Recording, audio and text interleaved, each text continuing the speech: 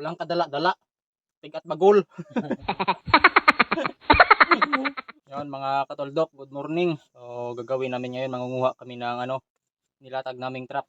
Pahinga muna kasi kakarating lang namin dito sa Kakubo.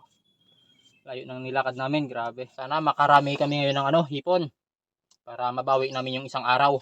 Kasi pag kunti lang yung huli, parang lugi. Ang layo na ng nilakad mo.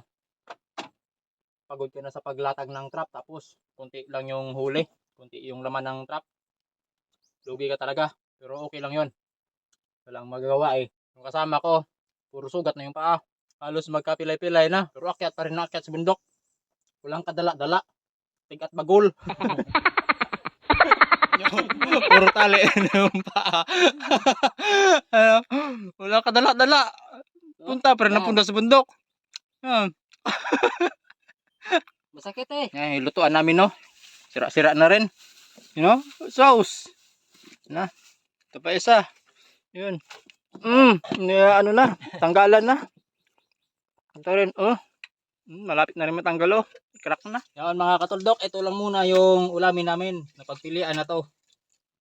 Ito na lang yung natira. So, ulamin namin to ngayong tanghalian. Yan mga katoldok oh, ito na yung natira. Pinagpilian namin yung mga malalaki nilagay namin sa pinagbabaran. So itong maliliit ulamin namin to. So purong hipon lang. Saka ito konting gagang. Gataan lang namin to, walang gulay-gulay. Kasi marami naman to. Kami lang naman yung kakain. So hindi na namin to maubos. Marami na to. Solve na naman ang pananghalian dito sa bundok. So ayos mga katoldok.